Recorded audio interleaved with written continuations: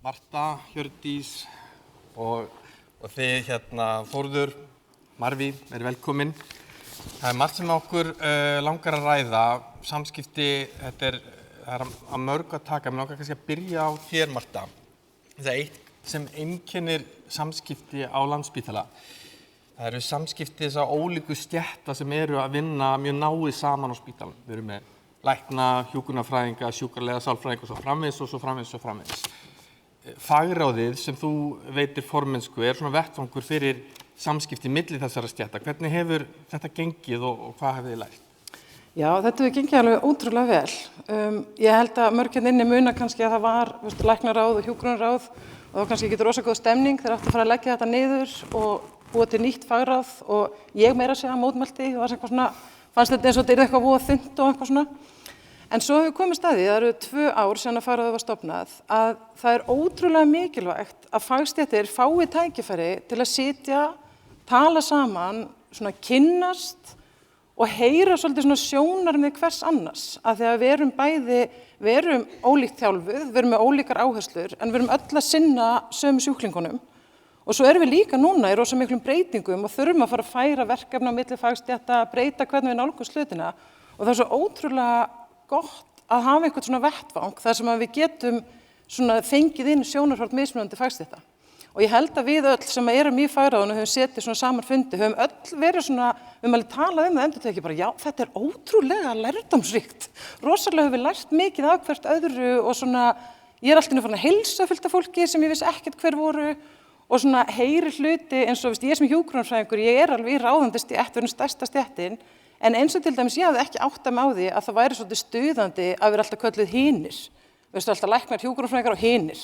Þannig að það er svona einhvern veginn að það sé verið að orða hlutverk fjölbreyttra fagstétta, orða hvað þau eru að gera og hvernig við skiptum öll máli í að veita góða þjónustu. Það hefur, held ég allavega það sem ég hef lært og við höfum vonandi fleiri lært á þessum tíma. Þannig að var ákveðin gjá þarna á milli áður og er kannski enn að einhver leyti eða hvað? Já, það er að sjálfsögðu, það er alltaf, ég held að það sé svolítið eðli þess að við erum ólíkt þjálfuð, við höfum ólíkan bakgrunn og það bara hefur verið gjá í 50 ára eða 100 ára eitthvað, en hún er held ég alltaf að minnka. Að ég held að séum öll átt okkur svona meira og meira á fjölbreyttu hlutverki og fjölbreytileika sjúklinga og fjölbreytileika alls að við þurfum að veita fjölbreytta þjónustu og ég get ekki einveitt fjölbreytta þjónustu sem hjúkrunarfræðingur. Heldur þarf að koma alls staðar einhvern veginn frá og við þurfum að æfa okkur svolítið að tala saman, hlusta, heyra, einmitt eins og við talum áðan, virðingu, vera kurteis og svona, já. Og það er þetta með fjölbreytileikan, auðvitað er fjölbreytileikin náttúrulega í þessum stéttum sem þú nefnir en á síðustu 30 árum eða jafnvel lengra, þá hefur spítalinn gjörbreyst og er orðin miklu fjölbreyttari heldur en hann var. Marví, höfum við tekið nægilega mikið tillit til þess í starfi spítalans, í skipulagi, í samskiptunum? Já, algjörlega. Þegar ég byrjaði fyrir 15 árum síðan, ég var ein á geðdeild sem lítur öðruvísi út. En núna, það er 65 þjóðerni sem starfa á Landspítalanum. Mér finnst þetta er svo jákvætt að við erum að endurspegla hvað er í gangi út í samfélagið. 16,6% íbúana hérna á Íslandi voru fæddir erlendis og svo þurfum við líka að spyrja okkar sjálf sem að vinna á Landspítalanum, erum við tilbúin að veita góðu þjónusta? Menningarhæf heilbrigðisþjónusta eða menningarhæf geðþjónusta er ekki kennt núna í sálfræði, læknisfræði eða hjúkrunarfræði.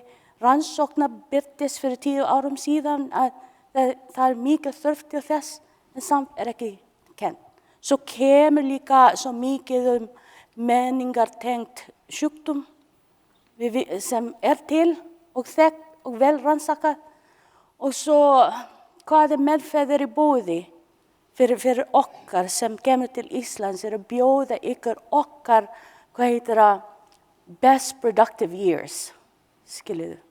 Og svo við þurfum líka að breyta samskipti. Ég er ekki, við sem innflytjendur kemur til Íslands, við erum ekki að segja opna dyr fyrir okkar.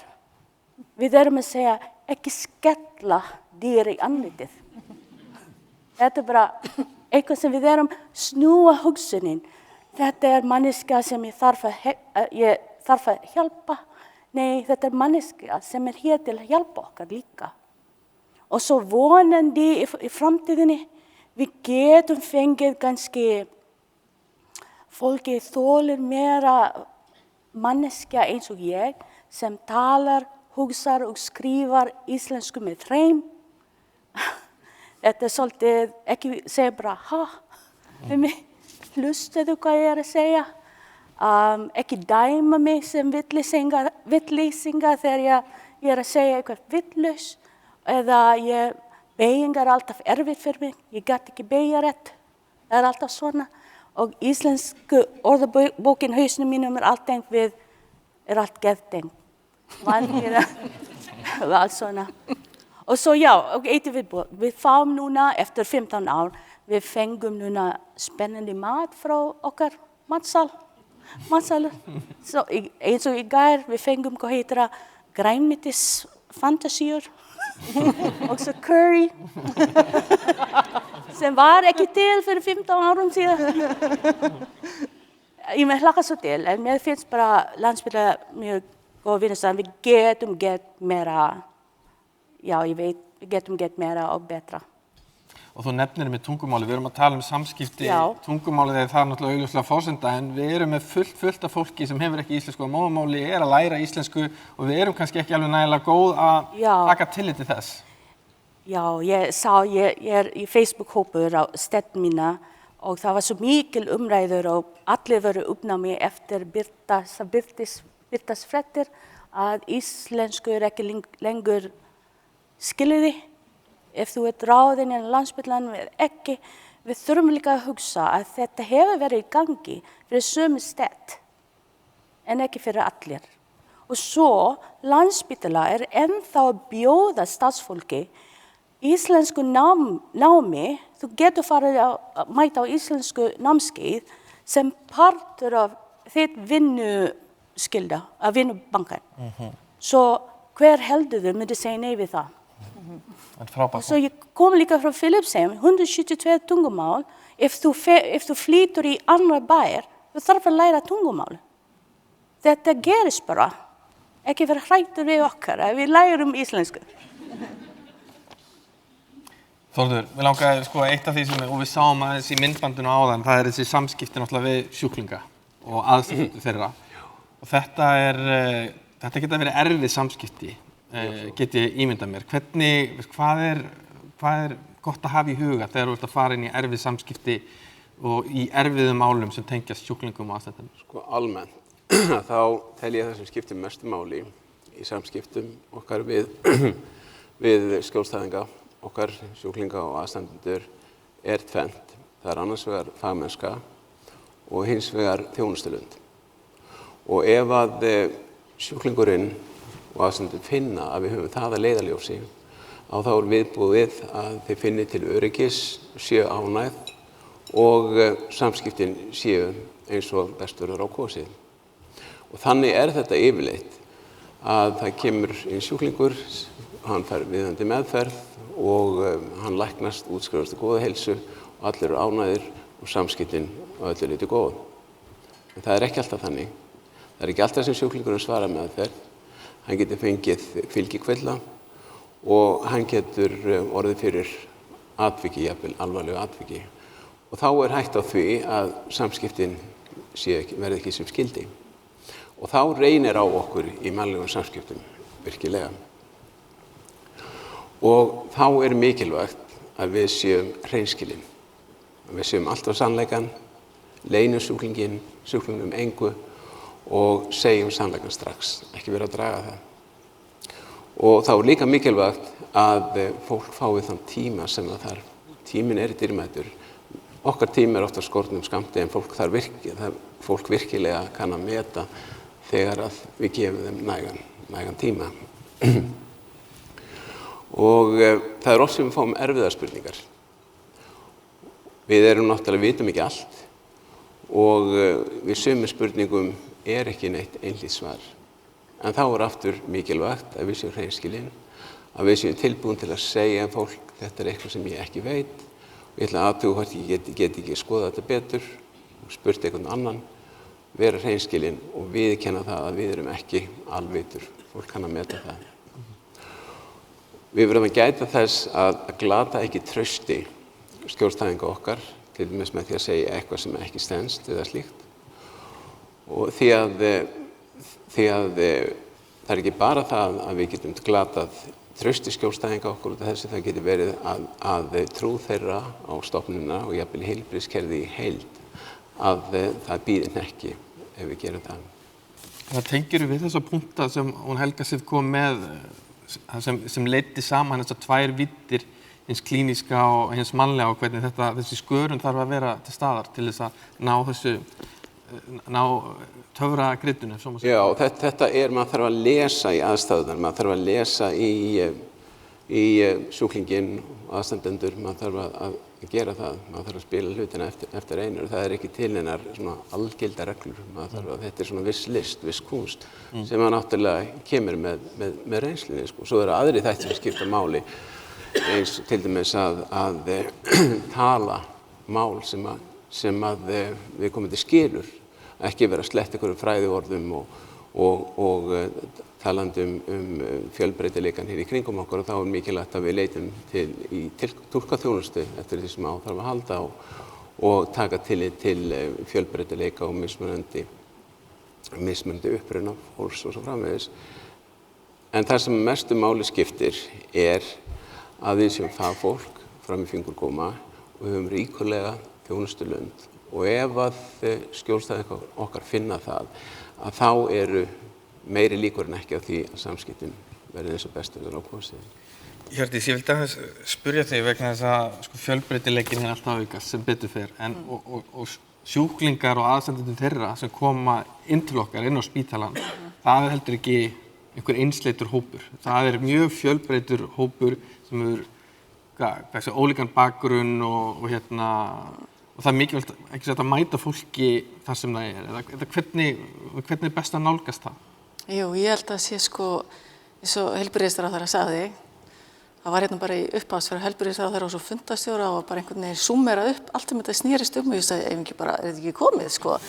Hann talaði að tilheyra og það held ég að það er svo mikilvægt fyrir okkur öll að tilheyra og samfélagið sem við búum í dag er alveg sem Marví talaði og þú talaði punkti sem þú tókst upp við hana, að samfélagið okkur náttúrulega gjörbreytt og kannski síðustu 10-20 árum bara gjörbreytt. Það er fólk af ólíkum uppruna, ólíku þjóðerni, tungumál, trúarbrögð, menning, allt skiptir þetta máli, hverjar þarfir sjúklingana eru, en svo megum við heldur ekki gleyma því að það sem hefur líka breyst á þessum árum og bara við erum á hraðferð þar, það eru hóparnir sem hafa alltaf verið í þessu samfélagi en við höfum kannski ekki gefið sérstakann gaum og þetta eru til dæmis kannski bara fólk með fatlanir,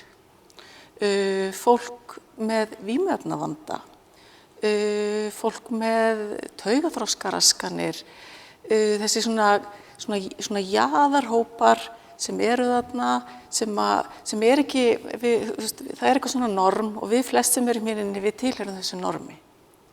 Og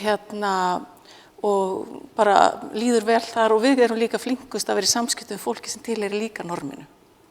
Svo eru aðrir sem eru meira út á jaðrinum og sko þessir hópar allir þessir hópar sem ég nefndi og örugglega miklu fleiri hafa smám saman í okkar samfélagi verið að fá rödd og eru að kenna okkur. Og við þurfum sem heilbrigðisstarfsfólk að vera mjög duglegt við að leggja við hlustir og heyra hvað þetta fólk er að segja og hvað þetta fólk er að segja okkur samskipti sín við heilbrigðiskerfið. Af því að við erum áreiðanlega öll sem vinnum á Landspítalanum, maður fyllist hér bara gríðarlegu stolti að horfa á þessi myndbönd og allt í myndi framúrskarandi fagfólk. En við höfum samt svona blinda bletti. Við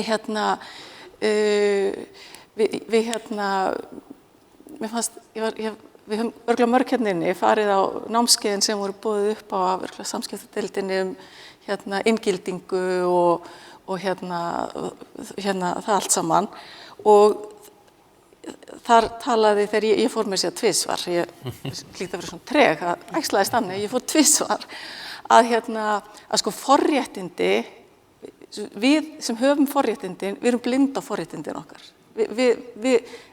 Og það er ekki af neinum illum hug, við bara erum það. Þannig að við þurfum að vera ótrúlega dugleg að hlusta á fólkið í jaðarhópunum, hvað það er að segja okkur, hverju við þurfum að breyta, hvað mætti betur fara, hvað ætti að vera öðruvísi og við höfum öll heyrt fullt af sögum. Og við getum nálgast sögur frá þessu fólki og fræðslu á samskiptamiðlum, í fjölmiðlum. Við getum fengið fólk sem tilheyrir þessum hópum til þess að koma á starfsmannafundi hjá okkur og fræða okkur. Og svo það sem skiptir líka máli er að við þurfum átt okkur því sem fagfólk, þó við séum öll að vilja gerð, þá erum við samt með okkar bakpoka. Með okkar fyrirhangefnu skoðunum, okkar gildum, ég meina jafnvel fordóma sem við bara kannski komum ekki einu svona auga og við erum með og sem lita í samskiptunum. Þannig að við þurfum að því það eru við sem þurfum að svona aðlagast en ekki þeir sem eru ekki inn í hjarta normsins, þeir þurfa ekki, það er ekki þeirra að normaliserast.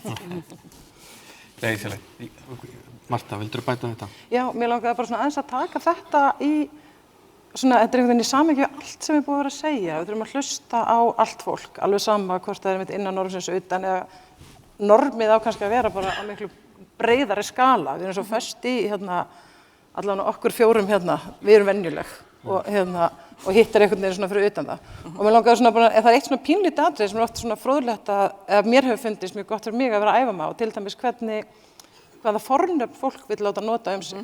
Það er ekkert sjálfgefið að ég vilji nota fornafni hún. Ég geri það, en það er hluti, og það er bara hefur verið sýnt fram á, hluti af inngildingu er til dæmis að við setjum í undirskriftirnar okkar hvaða fornöfn við notum, eða við segjum hvaða fornöfn við notum. Þetta er rosalega svona lítil og einföld æfing, en hún getur hjálpað stórum hópi fólks sem er kannski með öðruvísi kyntjáningu heldur en ég að normaliserast. Það sé eðlilegt að eiga þessa umræðu. Það er svona lítil skref sem við getum tekið í samskiptum og í tjáningu sem hjálpar til við normaliseringu alls konar. Já. Þið hefum getað sittið alveg fram að sumarpartí en klukkan sem er á sviðinu er komin niður í 0, þannig að ég ætla að þakka ykkur fyrir, færa Dögg aftur orðið. Takk fyrir.